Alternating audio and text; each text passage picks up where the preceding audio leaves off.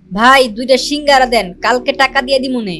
কি রে প্রেমিস, তুই আমাদের কলেজে পড়ালেখা কইরা তুই ফুটপাতে এসে 20 টাকা সিঙ্গারা খাইতেছস, তাও আবার বাকিতে? আহারে, তোর জন্য আমার অনেক কষ্ট হয়। আচ্ছা চল তুই আমার সাথে, আমি তোরে আজকে একটা 5 স্টার হোটেলে নিয়ে খাওয়ামু। প্রিমিস গরিব হওয়ার কারণে কলেজের ছেলেমেয়েরা প্রিমিসকে নিয়ে অনেক মজা করে, অপমান করে। আজকে কলেজের একটি বড়লোক মেয়ে বিলকিস প্রিমিসকে বাকিতে সিঙ্গারা কিনতে দেখে ফেলে, আর সেটা দেখে সে প্রিমিসের সাথে মজা নিতে থাকে আর অপমান করতে থাকে। প্রেমিস, মানলাম তুই গরিব ফকির, তো কি হইছে, আমার কাছে তো অনেক টাকা আছে, প্রতিদিন কুত্তারে খাওয়াই, আজকে তরে খাওয়ামু। আমি তোরে যেই রেস্টুরেন্টে নিয়ে যাইতাছি এইটা তুই জীবনে চোখেই দেখোস নাই। বিলকিস প্রিমিসকে যে রেস্টুরেন্টে নিয়ে যাবে সেটার নাম শুনে প্রিমিস রাজি হয়ে যায়। প্রিমিসের কোনো ধারণাই ছিল না ওই রেস্টুরেন্টে যাওয়ার পর যে কি একটা ঝাটকা খেতে হবে, কারণ এই রেস্টুরেন্টের মধ্যে বিলকিসের বয়ফ্রেন্ড বসেছিল আগে থেকেই। বিলকিস, এই প্রিমিস তোমার সাথে কি করে? এই ফকিররে তোমার সাথে রেস্টুরেন্টে কেন নিয়ে আইছো? আজকে কুত্তার জায়গায় এই ফকিরনের পোলা প্রিমিস রে কি খাওয়াইবা নাকি? শান বেবি, এমনিই নিয়ে আসছি ওরে, ওই দেখুক আমাদের মতো বড় লোকেরা কত দামি রেস্টুরেন্টে খাওয়া দাওয়া করি, ওই বুঝুক ওর কোনো ক্ষমতাই নাই আমাদের সাথে মিশার। ও যে কয় টাকা মাসে কামায় তত দিয়ে রেস্টুরেন্টে একবেলা খাবারও পাওয়া যাবে না। আচ্ছা তুমি আমার এখানে এসে বসো, আমি ওয়েটারকে ডাক দেই। এ ওয়েটার, এদিকে আসো। এরপর ওয়েটার তাদের অর্ডার নেওয়ার জন্য আসে। আজকে আমরা প্রিমিসের জন্য স্পেশাল কিছু অর্ডার করব, জীবনে তো খাই নাই এগুলা। আরে প্রিমিস চৌধুরী সাহেব, আপনি এখানে? স্যার আমি আপনাকে দেখি নাই, সরি স্যার, আমাকে মাফ করবেন। প্রিমিসকে দেখে ওয়েটার আশ্চর্য হয়ে যায় আর ওইখান থেকে চলে যায়, কিন্তু বিলকিস আর বিলকিসের বয়ফ্রেন্ড এটা দেখে একেবারে অবাক হয়ে যায়, আর তারা দুজনেই বুঝতে পারে না ওখানে কি হলো। প্রিমিস, তোমার এই ওয়েটার চৌধুরী স্যার কেন বললো? তার মানে কি তুমি এই হোটেলে আগেও আসছো? খুব তাড়াতাড়ি সব বুঝতে পারবে। কিছুক্ষণ পরে ওয়েটার 50,000 টাকা দামের একটা কোল্ড ড্রিঙ্কস নিয়ে আসে ওখানে আর বলে, চৌধুরী স্যার, এই যে নেন আপনার ফেভারিট কোল্ড ড্রিঙ্কস। এত দামি কোল্ড ড্রিঙ্কস? এই প্রিমিস, এত দামি কোল্ড ড্রিঙ্কস এর বিল কি তোর আব্বু দিব নাকি? এটা শুনে প্রিমিস একটু হাসতে থাকে, আর ঠিক তখনই ওয়েটার বলে, প্রিমিস চৌধুরী স্যারের বিল দেওয়ার কোনো দরকার নাই।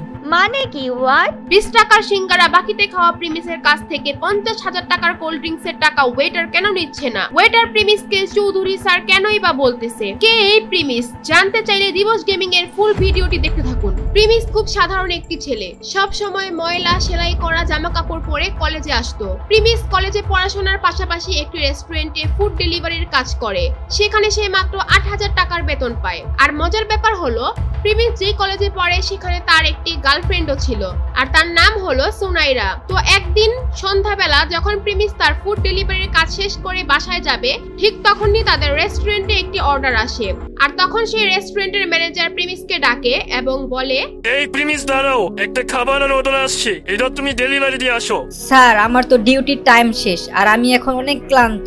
কলেজ থেকে ফিরে এখনো কিচ্ছু খাই নাই, আমার কলেজের অ্যাসাইনমেন্টও বাকি আছে। স্যার আপনি এই অর্ডারটা অন্য কাউরে দিয়ে ডেলিভারি করায় দেন। তোমার তো সাহস কম না, তুমি আমার মুখের উপর তর্ক করো। আমাদের বাকি ফুড ডেলিভারি বয়েরা এখন বিজি আসছে, এটা তোমারই এখন দিতে হবে। স্যার এখন আমার খুব দুর্বল লাগতাছে, না হলে আমি ডেলিভারিটা দিয়ে আসতাম, আর এই অবস্থায় সাইকেল চালা যেতে হয়তো আমি পারবো না। তোমাকে চাকরি দেওয়া আমার ভুল হয়েছে। কোনো কাজ দিলে তুমি এমন ফালতু অজুহাত দেখাও, চাকরি থেকে বাদ দিলে তখন দেখা যাবে চাকরি কোথায় পাও। তুমি চালো আমার বাইকটা নিয়ে খাবারটা পৌঁছে দিয়ে আসো। আচ্ছা ঠিক আছে, আমি যাচ্ছি। প্রিমিস এই ক্ষুধার্ত শরীর নিয়েও খাবার ডেলিভারি দিতে রাজি হয়। যদিও তার কাজের সময় শেষ হয়ে গিয়েছে, তারপরেও ম্যানেজারের কথায় তার চাকরি হারানোর ভয়ে সে যেতে বাধ্য হয়। তাই সেই কথা চিন্তা করে রেস্টুরেন্ট থেকে খাবার নিয়ে বের হয় ডেলিভারি দেওয়ার জন্য। A few moments later. আরে কত সুন্দর বাইক! ইস, এরকম একটা বাইক যদি আমার থাকতো, এই বাইক দিয়ে সোনাইরাকে নিয়ে ঢাকা শহরে অলিতে গলিতে নিয়ে ওকে ঘুরতাম। সুনাইরা হচ্ছে প্রিমিসের গার্লফ্রেন্ড, আর সুনাইরা বাইক অনেক পছন্দ করে। প্রিমিস যেহেতু সুনাইরাকে অনেক ভালোবাসে, সে তার বেতনের টাকা থেকে যখনই কিছু টাকা বাঁচাতে পারে সুনাইরার জন্য গিফট কিনে নিয়ে আসে। প্রিমিস মনে করে সুনাইরা তার পাশে সারা জীবন থাকবে। সুনাইরা প্রিমিসকে অনেক ভালোবাসে, এটাও সে মনে করে। আর তারপর প্রিমিস ফুড ডেলিভারি দেওয়ার জন্য তার গন্তব্যে পৌঁছে যায়, আর সেটি ছিল একটি দামি হোটেল। হোটেলের ভিতর যখনই রুমে নক করে, আর তখন ভিতর থেকে দরজা খুলে দেয় একটি মেয়ে। সেই মেয়েটি আর কেউ নয়, সেটি ছিল প্রিমিসের গার্লফ্রেন্ড সুনাইরা। আরে সোনাইরা, তুমি এখানে কি করতেছো? তোমার সকাল থেকে মেসেজ দিতাছি, ফোন দিতাছি, কোনো রিপ্লাই নাই। আচ্ছা ওয়েট, তুমি কি খাবার অর্ডার দিছো? আর তুমি হোটেলে কি করতেছো তোমার বাসায় রাইখা?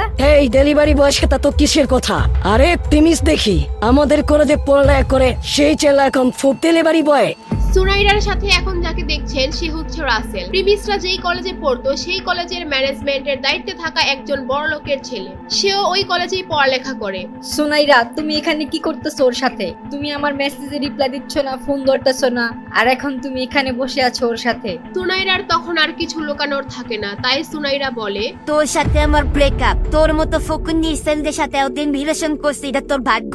তোর তো একটা বাইক কেনার সামর্থ্য নাই, আমাকে কোথাও ঘুরতে নিয়ে যাস না। তোর মতো ফকিনের পোলার সাথে কে রিলেশন রাখবে রে? প্রিমিস সুনাইরার কথা শুনে যেন তার মাথায় আকাশ ভেঙে পড়লো। প্রিমিস সুনাইরাকে নিয়ে এত স্বপ্ন দেখতো, আর সেই সুনাইরা তার সাথে এই কাজ করলো। প্রিমিস একদম নীরব হয়ে ওইখান থেকে চলে আসতে থাকে। সারাদিন না খাওয়া, তার মধ্যে এত বড় ধাক্কা, সে একদম ভেঙে পড়ে। আর ঠিক তখনই কাহিনীতে আসে নতুন টুইস্ট। তার ফোনে একটি মেসেজ আসে, আর সেখানে লেখা থাকে প্রিমিস চৌধুরী আজকে থেকে তার অভাবী জীবন থেকে মুক্ত, আর তার ব্যাংক অ্যাকাউন্টে 500 কোটি টাকা অ্যাড হয়েছে, এবং সে তার পরিবারের গরিবী পরীক্ষায় পাশ করেছে। আপনারা হয়তো ভাবছেন এটা আবার কিসের পরীক্ষা। চৌধুরী ইন্ডাস্ট্রির একমাত্র ছেলে ছিল প্রিমিস। তাদের চৌধুরী পরিবারের একটা নিয়ম ছিল, তাদের পরিবারের ছেলেদের তারা ছোটবেলা থেকেই সমস্ত সম্পত্তি ও টাকা পয়সা থেকে বঞ্চিত করে দেয় এবং গরিব অবস্থায় ছেড়ে দেয়। একটা সময় গিয়ে যখন তাদের 21 বছর বয়স পূরণ হয়, তখন তারা তাদের সমস্ত সম্পত্তি ফিরে পায়। আর সেই দিনটি ছিল আজকে। কি হবে এখন? কি করবে এখন প্রিমিস? কি হতে যাচ্ছে প্রিমিসের সাথে? এগুলো জানতে চাইলে দিবস গেমিং এর ইউটিউব চ্যানেল সাবস্ক্রাইব করে নোটিফিকেশন বাটন বাজায় রাখেন, কারণ আগামী পর্ব এখানেই পেয়ে যাবেন। আর যারা দিবস গেমিং এর সাথে লাইভে গেম খেলতে চান, অ্যাড হতে চান, তারা দিবস গেমিং এর ফেসবুক পেজটি ফলো করে দিয়ে আসেন। ডেসক্রিপশন আর পিন কমেন্টে লিংক দেওয়া আছে, চালু করে ফলো দিয়ে আসেন।